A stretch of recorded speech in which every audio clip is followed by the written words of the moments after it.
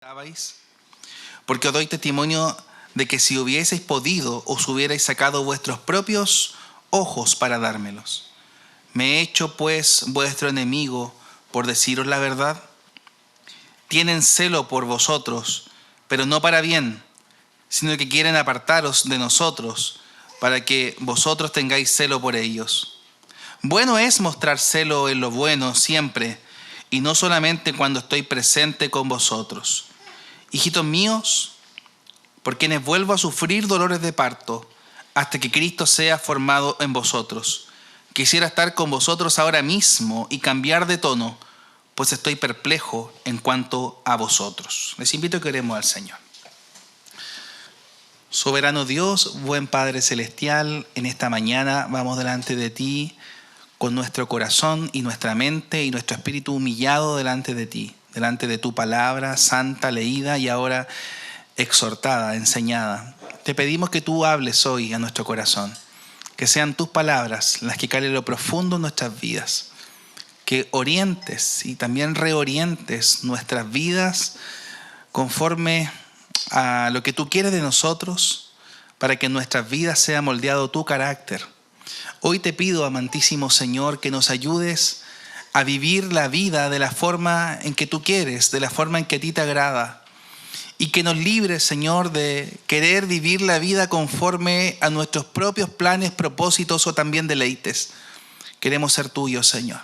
Queremos que tú en nosotros cumplas tus propósitos. Queremos en nuestra vida hacer tu voluntad. Y queremos experimentar ese gozo que tú das y también ese celo que tú pones por tu gloria, por tu obra. Hoy, Señor, te pedimos que nos hables. Oramos rogando, Señor, que tú cautives nuestras mentes, que alumbres e ilumines nuestra razón para comprender tu santa palabra y que vivifiques el alma, el espíritu, para que la vida sea orientada a ser más como tú, a hacer las cosas que a ti te agradan. Oramos en el nombre de Jesús. Amén. Amén. Nadie queda indiferente cuando se habla de celos, tanto por los propios como por los de los otros. Hay un famoso libro de ilustraciones del doctor Charles Swindoll, donde compartió la historia de una joven pareja que tuvo que orientar antes del matrimonio. Y una historia que él probablemente nunca iba a olvidar. El pastor Swindoll comenta que durante las sesiones de consejería prematrimonial detectó en el varón, en el novio, una fuerte inclinación hacia los celos. Y cuando se los mencionó a ambos, la joven pareja de novios no le dio mayor importancia a lo que ocurría. El novio aseguró que en realidad solía luchar con eso antes, pero que ahora las cosas habían cambiado. Bueno, pocos meses después del matrimonio, una linda fiesta, ellos volvieron a conversar otra vez y había una gran diferencia.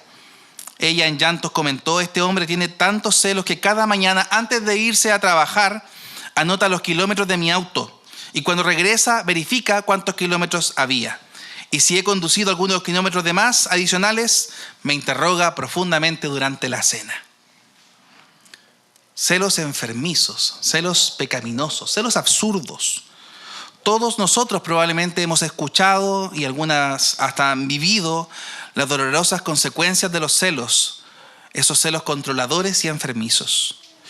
En la mayoría de los casos que usamos la palabra celos en nuestras conversaciones son casi siempre en relación al aspecto negativo. Pero ¿existirá algún celo con una connotación positiva? ¿Habrá algo de positivo en los celos? Bueno, cuando el Señor Jesús confrontó a los que vendían en el templo, el evangelista Juan destaca y recuerda lo que dice el Salmo 69:9. Entonces se acordaron sus discípulos, dice que está escrito: el celo de tu casa me consume. El celo de tu casa me consume. Mi casa será llamada casa de oración y el Señor declara: vosotros habéis convertido esta casa de oración en una cueva de ladrones. ¿Qué significa? Que el Señor Jesús nos muestre la forma correcta de tener celos. En la Escritura este término describe la actitud de Dios hacia la violación de su derecho al servicio y adoración exclusiva que Él merece de su pueblo. Esta palabra griega, celos, literalmente celos, viene de una raíz que significa estar ardiente, estar en ebullición. También la palabra original hebrea tiene la misma raíz o significado. Designa el rojo que sale del rostro de un hombre que está apasionado. Hay otros sinónimos, tanto en hebreo como en griego, pero significa estar en ebullición, estar apasionado. Hermanos, nuestro Dios es un Dios fuerte y celoso. Éxodo 20, ustedes recuerdan en los 10 mandamientos: no te inclinarás a ellas ni las honrarás, porque yo soy Jehová tu Dios fuerte, celoso, que visito la maldad de los padres sobre los hijos hasta la tercera y cuarta generación de los que me aborrecen. Nuestro Dios es un Dios fuerte y celoso. Pero también, un poco más adelante, Éxodo 34 dice que el nombre del Señor es celoso. Y cuando la Escritura denota el concepto nombre de algo, no solamente envuelve la belleza de la palabra, sino el significado más profundo. Dice Éxodo 34, porque no te has de inclinar a ningún otro Dios, pues Jehová, cuyo nombre es celoso, Dios celoso es. Y el Señor lo declara en los profetas, como Ezequiel, que es un Dios muy celoso. Dice Ezequiel 39:25, por tanto así ha dicho Jehová el Señor: ahora volveré la cautividad de Jacob y tendré misericordia de toda la casa de Israel y me mostraré celoso por mi santo nombre. Si el Señor expresa de manera literal tantas veces en el Antiguo Testamento y en el Nuevo Testamento lo que significa el celo por Él, el celo por su nombre, el celo por sus atributos, el celo por su obra y por su gloria, el Señor está hablando en serio. Dios tiene diferentes medios para suscitar el celo en Israel, un celo conforme a su imagen. Por ejemplo, excita celos de su pueblo otorgando un favor a las naciones, otorgando a las naciones un poder por sobre Israel para volverlos al Señor. Por ejemplo, tenemos un caso de Finés, hijo del sacerdote Eleazar, y donde declara expresamente el texto: poseído de los mismos celos que yo, decía el Señor. Dice el Señor aplicando a tales celos. O el profeta Elías, a pesar de lo escaso, de lo único de su caso, se siente abrazado por el celo de Dios. Fíjense ustedes, hermanos, que los seguidores de Cristo ven en la expulsión de estos vendedores del templo justo en ese momento lo que significa el celo del Señor. Ese celo por la casa de su Padre habría de conducir también a la muerte.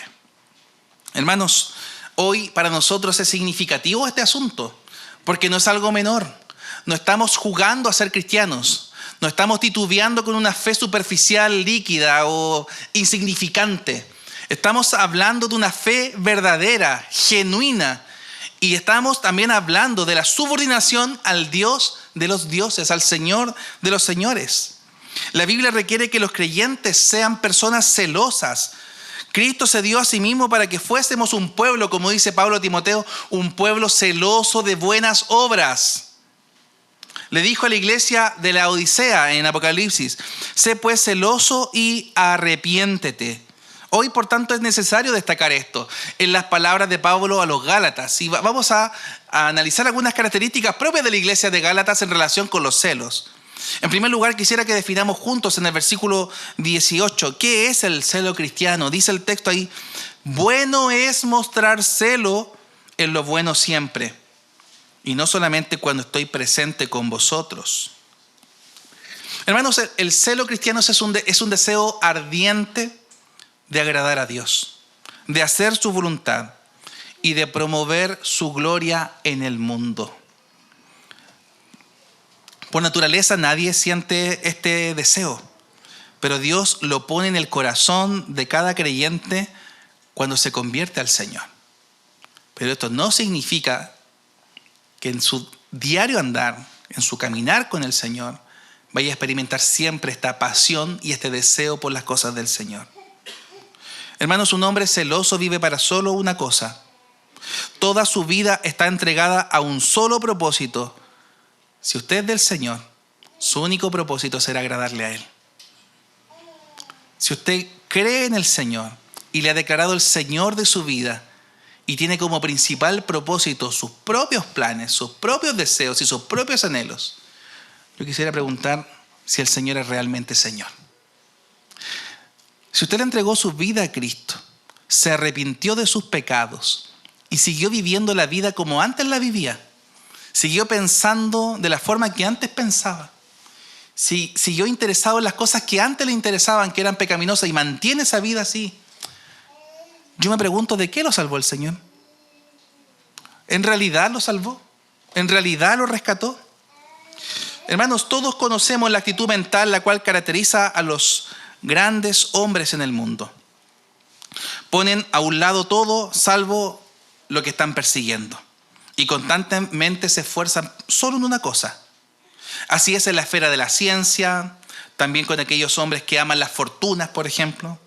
Ahora, cuando tenemos esta mentalidad con respecto a Cristo, esto es lo que significa el celo cristiano. Ya no hay nada más importante que Él. Ya nada tiene sentido y valor sino solo Él. Las cosas van a pasar. El devenir del futuro, nadie lo conoce. Usted no sabe en qué va a estar un mes más, ni siquiera mañana. Ninguno de nosotros sabe en qué va a estar en la vida. Pero sabe, el Señor sí lo conoce y Él lo sabe. Y si es su Señor, Él conoce su futuro. Y no solamente lo conoce, sino que es el dueño de su futuro.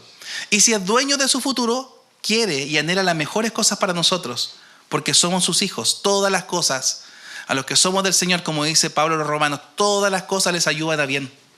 Todas las cosas cooperan o ayudan para bien. ¿Para quién es esto? A los que conforme al propósito del Señor han sido llamados. Somos del Señor, las cosas van a cooperar para bien. Este celo fue una característica de los apóstoles. El apóstol Pablo, por ejemplo, dice: más de ninguna cosa hago caso ni estimo mi vida preciosa para mí mismo. Todo lo he estimado como basura para ganar a Cristo. Un hombre que tenía de qué jactarse, un hombre que tenía características y cualidades sin iguales, extraordinario en áreas extraordinarias como la doctrina hebrea, filosofía griega, un erudito de renombre, un hombre importante en la nación, mucho de qué jactarse, todo lo estimó por basura para ganar a Cristo. Ese encuentro personal con el Señor, esa confrontación con la realidad pecaminosa de un hombre pecador como Pablo, un celoso de una mala forma, ahora es reorientado para un verdadero celo, el celo del Señor. Este celo fue característica también de los cristianos primitivos, no solamente de Pablo. Muchos perdieron todas sus posesiones materiales por amor del Señor. Su fe les acarreó persecución y reproche. Y sus sufrimientos, las tensiones que vivían, probaron que ellos fueron celosos. El celo ha sido una marca y una característica de los hombres de Dios a lo largo de la historia. Lutero y los reformadores fueron celosos. ¿No es celo acaso el que vive el amigo de Lutero que va a predicar el evangelio a los holandeses y que se ha encontrado en la frontera y es muerto en la hoguera por la proclamación del evangelio? Y en el contexto de esa situación es que nace el himno que nosotros cantamos con tanta fuerza, Castillo fuerte en nuestro Dios. Dice expresamente Lutero en el himno, ¿no? Nosotros confiamos en el Señor de Sabaoth, porque Él, siendo solo Dios, triunfa en la batalla. Sabaoth significa literalmente el Señor de los ejércitos. El Señor de los ejércitos es poderoso para librarnos aún en las peores situaciones, en las peores afrentas. No temeremos, por tanto, lo que nos pueda pasar. No temeré lo que me pueda hacer el hombre, dice el autor de los Hebreos. El Señor es mi ayudador. ¿De quién temeré? El salmista lo declara, ¿no? Jehová es la fortaleza de mi vida. ¿De qué he de atemorizarme? Si el Señor está delante de nosotros, si está delante de su pueblo, las cosas que Él quiere para su pueblo van a ser hechas sí o sí. El celo movió a misioneros a lo largo de la historia. El caso de Guillermo Carey, William Carey, o el propio David Trumbull, que deja todo lo que tiene en Estados Unidos para venir acá a Chile, a un lugar inhóspito, hostil para muchos. Pero gracias al Señor por esos hombres de Dios, porque por ellos hoy hemos conocido el evangelio, para gloria del Señor. El celo fue una característica del propio Señor. Si fuéramos a dar ejemplos del celo del Señor, hermanos, nunca acabaríamos. El celo, por tanto, es ese deseo ardiente por hacer y cumplir la voluntad del Señor. ¿No deberíamos nosotros tener ese celo hoy? ¿Cuáles son las características de ese celo? Dice el texto, versículo 19, hijitos míos, por quienes vuelvo a sufrir dolores de parto hasta que Cristo sea formado en vosotros. 3 expresiones interesantes: hijitos míos, dolores de parto, que el Señor, que Cristo sea formado en vosotros. Aquí es interesante la manera en que el apóstol Pablo se refiere a los Gálatas, ¿no? Hijitos, para hacer notar la necesidad del celo de Dios. Cabe destacar que la carta, en estos capítulos que tenemos, que son bien breves, una carta breve, no evidencia ninguna palabra de alabanza por la forma en que los Gálatas vivían la fe. Es más, hay uno que otro reproche por ser judaizantes, por oír a los judaizantes, por hacer las cosas que antes hacían y ahora la están volviendo a querer hacer. Pero sí el Señor, a través de Pablo, los llama con una profunda expresión de amor para que el carácter de Él sea formado en ellos. Hijitos míos, dolores de parto. Probablemente muchos varones habrán visto a muchas mujeres tener hijos, pero no hay nadie que siente el dolor como las mamás. Ellas sí saben lo que es un dolor de parto, sobre todo en tiempos aquellos donde no había anestesia, ¿no? Un dolor de parto es un dolor profundo, que cae hasta lo profundo de las entrañas. Ese tipo de dolor Pablo siente por aquellos que están siendo desviados de la fe verdadera y del celo verdadero. Es importante entonces, hermanos, entender cuál tipo de celo es el que debemos tener. Y el celo que nosotros debemos tener es el verdadero celo iluminado por la palabra del Señor. No nos ilumina un celo por nuestra propia pasión o nuestra propia idea, nuestra propia suposición. Los judíos, quienes persiguieron a la iglesia primitiva, tuvieron un celo, pero no fue según el conocimiento de Dios. Pedro, cuando fue a cortar la oreja a Malco, lo llevó a cabo por el celo que tenía por las cosas del Señor, pero no era un celo verdadero, no era un celo correcto, no era conforme a la verdad. Los seguidores de muchas religiones falsas frecuentemente son muy celosos, pero su celo no está de acuerdo con la verdad. Hoy los que matan en nombre de sus religiones lo hacen con un fuerte celo, pero un celo lejos de la palabra del Señor. Por tanto, una característica significativa del celo cristiano es un celo bíblico, que tiene sustento en la palabra de Dios. El celo verdadero debe brotar de motivos verdaderos, no de motivos falsos. El celo de los fariseos brotó de un espíritu sectario. El celo de algunos hombres nace de orgullo o nace de egoísmo. Lo que les mueve mucho es un interés personal, o la gloria humana, o la gloria de nuestro equipo, la gloria de nuestro grupo, o incluso para otros, la gloria de la iglesia. Y la gloria de la iglesia siempre ha de ser el Señor, no la iglesia por la iglesia. Pero Dios examina nuestros corazones y el celo verdadero debería brotar del genuino amor de Dios. Debemos ser celosos por buscar la santidad. Debemos ser celosos para buscar la salvación de los perdidos. Debemos ser celosos en oponernos a todas las cosas que Dios odia y celosos para mantener la doctrina santa del Evangelio. El celo verdadero entonces estará abundantemente lleno de amor, de un amor profundo por el Señor, y para nosotros, quienes amamos al Señor y permanecemos en ese celo no va a ser nunca amargo ni severo. El celo por las cosas del Señor nos ayudará a odiar el pecado, a odiar con todo el corazón aquellas cosas que a Dios le desagradan, pero amar al pecador, amar al perdido, amar al que sufre, amar al que está lejos del Señor, odiar la iniquidad, pero estar dispuestos también a hacer bien a los hombres malos. Jesús puso y esclareció, ¿no?, a todos estos hombres perversos y malos que hacían el mal en Jerusalén, pero lloró también por Jerusalén. El apóstol Pablo retó fuertemente a los Gálatas por sus errores, pero también le llamó hijitos amados, hijos míos. Hay veces en que creemos que el celo por las cosas del Señor se debe traducir en amargura del corazón, y eso es un error. Por eso el celo verdadero siempre estará acompañado de una profunda humildad. El Señor Jesús nos dijo: aprendan de mí que soy manso y humilde de corazón. Y hoy tenemos hombres y mujeres llenos de aparentes humildades que en realidad no son. Lo que también se ha entendido como la falsa modestia. Es aquella expresión sutil que hace verse humilde a los otros, pero en la realidad es lo que se busca lo contrario. esa humildad que se muestra es justamente lo contrario, una soberbia de lo profundo del corazón.